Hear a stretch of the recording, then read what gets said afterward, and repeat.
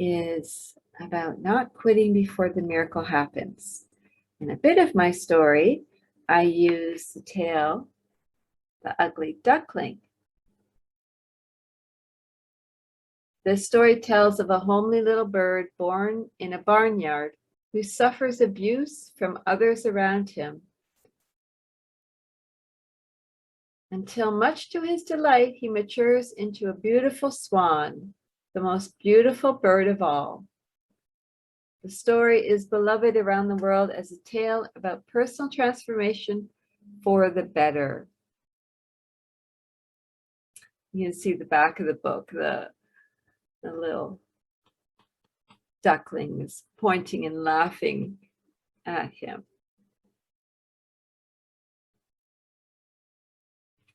So another day, I'll read that story, The Ugly Duckling. Hopefully we can, or I can, coordinate the photos with this storytelling online. So this miracle story is a personal story, and I really would like it for the children, and let them know that they and everyone are here on this planet for a special reason. And just as I am, and it took until my 50s to find out why. And I'm alive today to tell you my story because of Trumpet of Swans. And my story has very dramatic parts to it and gifts of the heart. And the best way to tell it is through the fairy tale of the Ugly Duckling. So don't give up or don't quit before the miracle happens. It's hard enough for us to cope when storms of life come out of the blue. Many children don't have the experience to know miracles can happen in an instant.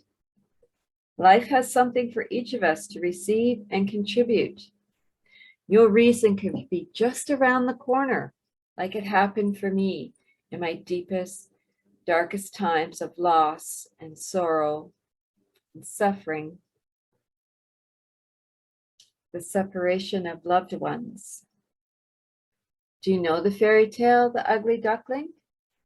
It was written by Danish poet and author Hans Christian Andersen, published in November 11th, 1843. In my life, to sum it up, was very similar to the Ugly Ducklings. He was led to within an inch of his life. He felt alone, cold, lonely, frozen, harassed, chased, shot at, given up on, undernourished, and at the edge of life and death, and not knowing what will come next. The end of the fairy tale goes something like this. The Ugly Duckling, now having fully grown and matured, is unable to endure a life of solitude and hardship anymore, and decides to throw himself at the flock of swans, deciding it is better to be killed by such beautiful birds than to live a life of ugliness and misery. He is shocked when the swans welcome and accept him, only to realize by looking at his reflection in the water that he had been not a duckling, but a swan all this time. The flock takes to the air, and now beautiful swan spreads his gorgeous large wings and takes flight with the rest of his new family. My tale involves the trumpeter swans and a kind-hearted, gentle, and generous couple named Jim and Norma Soul. That's right, S-O-U-L, Soul. And if the pictures show up, this is them here. I'm with them.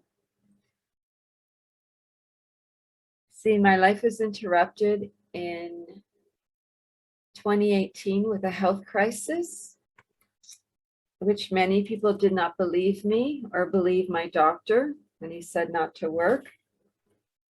And I was battling a lot of shame, and people were trying to get me to live counter to what I knew was true inside me. So I went for nature walks to local ponds that had the family of swans as a way to restore my mind, spirit, body, and later my soul from the kindness of strangers. How appropriate a Mr. and Mrs. Soul show up in my life. I lived in a small town without a vehicle, and Mr. and Mrs. Soul were local volunteer drivers, which led me to learning so much about the majestic swans. And they were so eager to pass on knowledge to me that I took that passion and started advocating for the trumpeters, even when my life was in crisis.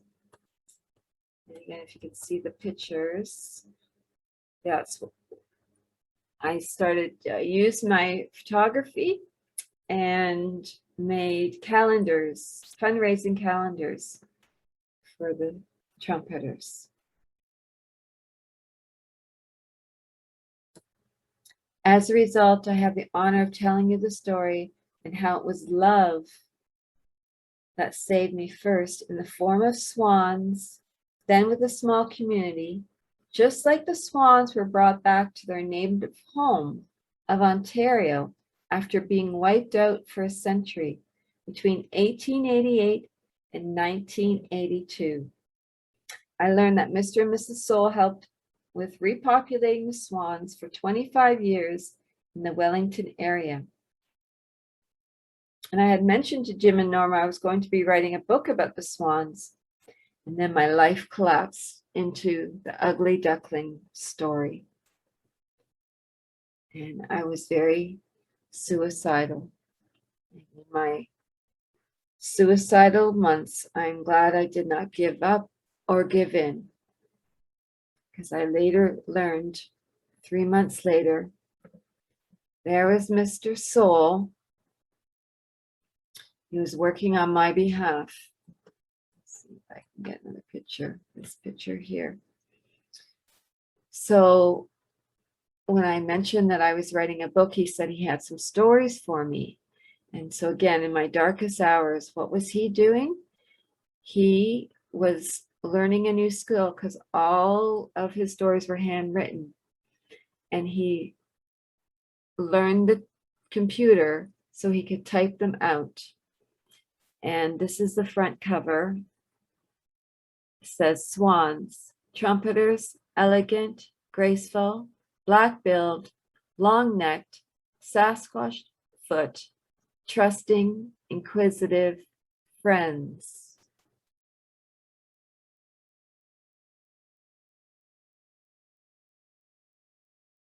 He handed me 40 pages of short stories, and they made me laugh and cry.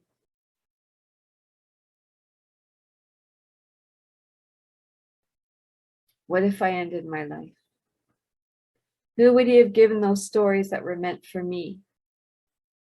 Just as he had many years of writing to choose from to hand me, I too have had many years to go through to write this story, to tell you. And I'm here to tell you that even though I was an outcast like the ugly duckling and abandoned many times, I broke through the biggest lie, which was that I am lovable. As people left me, I had to learn to love myself. And I was a swan all along. Did the ugly duckling know he was going to grow up to be one of the most beautiful and graceful birds?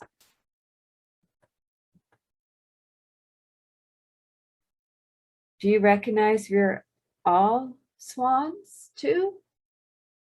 Our sick society is in our face telling us we're all ugly ducklings, not worthy to be alive or whether you live or die. I care. I fought tooth and nail for my own survival and the swans, and you better believe I will be fighting for the kids' future too. Ontario is part of a heritage story of bringing the trumpeter swans back. And it began with one man, Harry Lumpson, who is a retired biologist. There he is there, that's him and I. He's 97 there. And he found eggs. Well, he found, they're called a brood, a family, a flock, but they're called a brood in Alaska. And he got 6 eggs in 1982. So the outcome, who really saved me? The eggs or the swans or Harry Lumpson? And when I told him, when I met him and I said that swan saved my life, he said he's heard that many, many times from people. And here's a child. If you were born before 1982, you never would have seen trumpeter swans as a child growing up. So the twists and turns became a series of sacred connections that mysteriously came into my life and gave me a new purpose. And I learned, like swan eggs, we can't rush them to hatch. They serve a purpose at all stages of life, and at any given moment, new life comes to bring joy to everyone. It's that need for patience and perseverance in weathered storms. Those eggs will hatch with the care of nature and with a bit of help from their parents at the start. Hans Christian Andersen said the tale of the ugly duckling was his autobiography. He was an outcast all his life, and his constant message was, find your own kind. Or in other words, find your tribe. And this saying has helped me for the last 4 years. People come into your life for a reason, season, or lifetime. My prayers and hope for humanity is in mirroring the swans' return to the wild and our return to our endangered wild nature. Miracles are true and can happen in an instant. I hope my story has inspired someone, whether you're young or old. And I wish to remind you, you are needed. You are loved. And you can be loved by many different sources besides humans. Hang on and believe a helping hand makes the world go round. I'm going to end with a few of these quotes from the book that people have used. I really hope you get to see these screen sharing. Here's the swans that I love, the family that I lived beside for 3 years. And I called the mama Stella and I called the father Stanley. And I watched them have 3 broods, 3 families. But then Mama Swan died. She flew into hydro wire. And now Stanley has a new girlfriend at the ponds where I used to live. And her name is Erin. He now felt glad at having suffered sorrow and trouble because it enabled him to enjoy so much better all the pleasure and happiness around him. Quote from Hans Christian Andersen from The Ugly Duckling. And then someone else wrote, if only we understood who we are and what is in store for us, it would enlighten even the darkest souls. Of course, there will always be voices telling you that you are foolish to believe you are swans, insisting you are but ugly ducklings. But you know better. You are no ordinary beings. And so I'd like to continue with next storytelling, reading Ugly Duckling for homeschooling, maybe traditional schooling,